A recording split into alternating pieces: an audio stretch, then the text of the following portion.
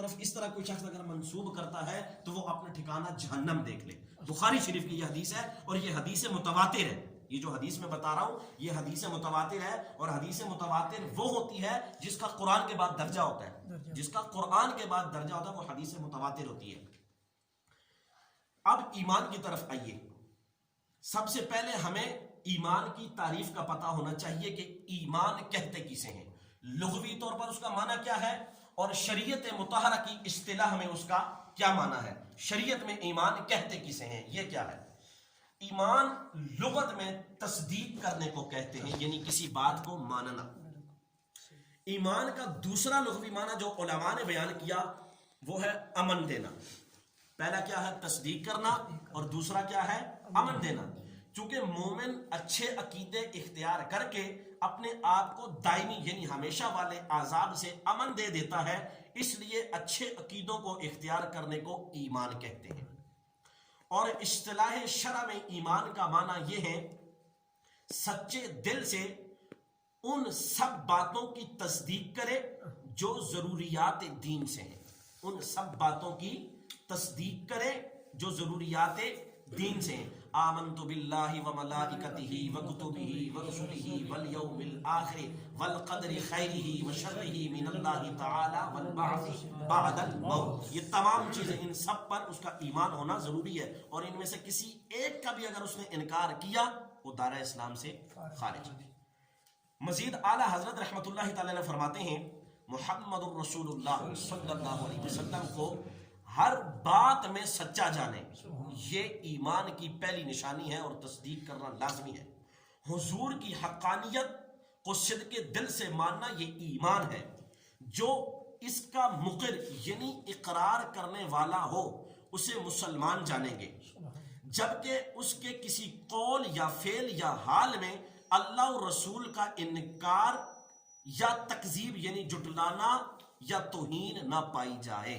یعنی اللہ کی کوئی ایسی بات جو بتائی ہوئی ہو, اس کے رسول کی کوئی ایسی بات جو بتائی ہوئی ہو, اس کا تصدیق کرنا, اس کو صدق دل سے جاننا, اس کو ماننا, اللہ کی بتائی ہوئی بات کا انکار نہ کرنا, حضور علیہ الصلوۃ والسلام کی بتائی ہوئی بات کا انکار نہ کرنا, اس کو ماننا, یہ ایمان میں سے ہے. کفر کیا ہے, کفر کے معنی کیا ہے. کفر کا لغوی معنی کسی شے کو چھپانا. کفر کا لغوی معنی کسی شے کو چھپانا, اور اصطلاح میں کسی ایک ضرورت دینی کا انکار کو کفر کہتے ہیں. اصطلاح شرع میں شریعت مطہرہ کی اصطلاح میں کوئی دینی جو ضرورت دینی ہو جس کا ہمیں ماننا ضروری ہے, جو میں نے آپ کو بتا دیا آمنت باللہ وملائکتہ الی الآخر یعنی آخر تک, ان تمام چیزوں کا اقرار ہو, انکار نہ ہو. اگر کسی ایک چیز کا بھی انکار کرے گا دائرہ اسلام سے خارج ہو جائے گا, اگرچہ باقی تمام ضروریات دین کی تصدیق کرتا ہو. جیسے کوئی شخص اگر تمام ضروریات دین کو تسلیم کرتا ہو مگر نماز کی فرضیت یا ختم نبوت کا منکر ہو, وہ شخص کافر ہے. اللہ نے نماز ہم پر کیا کی ہے, فرض کی ہے. اب اٹھ کے شخص کہنے لگا بھائی کیوں فرض ہے, یہ ایک اعتراض ہو گیا, یہ ایک اعتراض ہو گیا, فرض میں پڑھوں گا ہی نہیں, میں اس کو فرض مانتا ہی نہیں, معاذ اللہ استغفر اللہ, تو وہ دار اسلام سے خارج ہو جائے گا. اور ختم نبوت یعنی ہمارے جو نبی علیہ الصلوۃ والسلام ہیں جن کے ہم امتی ہیں, تمام نبوتوں کے دروازے بند ہو چکے ہیں, اور آخری نبی جو نا ہمارے آقا و مولا صلی اللہ علیہ وسلم کی ذات ہے. ان کے بعد شک بھی نہیں کر سکتے کوئی. اگر شخص شک بھی کرے گا نا, در مختار کے اندر یہ مسئلہ موجود ہے, عالمگیری کے اندر یہ مسئلہ موجود ہے, فتاوی رضویہ کے اندر یہ مسئلہ موجود ہے, اور بہار شریعت کے اندر یہ مسئلہ موجود ہے کہ اگر کوئی شخص حضور علیہ الصلوۃ والسلام کے آخر نبی ہونے کا شک کرے اور یہ الفاظ کہے کہ ہو سکتا ہے یا شاید بعد میں نبی آ سکتا ہے, تو وہ شک کرنا بھی اس کو دائرہ اسلام سے خارج کر دے گا. اور حضرت عیسیٰ علیہ الصلوۃ والسلام اگرچہ نبی ہیں لیکن وہ امتی بن کر دنیا میں حاضر ہوں گے, وہ حضور علیہ الصلوۃ والسلام کے امتی بن کر حاضر ہوں گے, کیونکہ انہوں نے اللہ کی بارگاہ میں دعا کی تھی کہ یا اللہ مجھے حضور کا امتی بنا.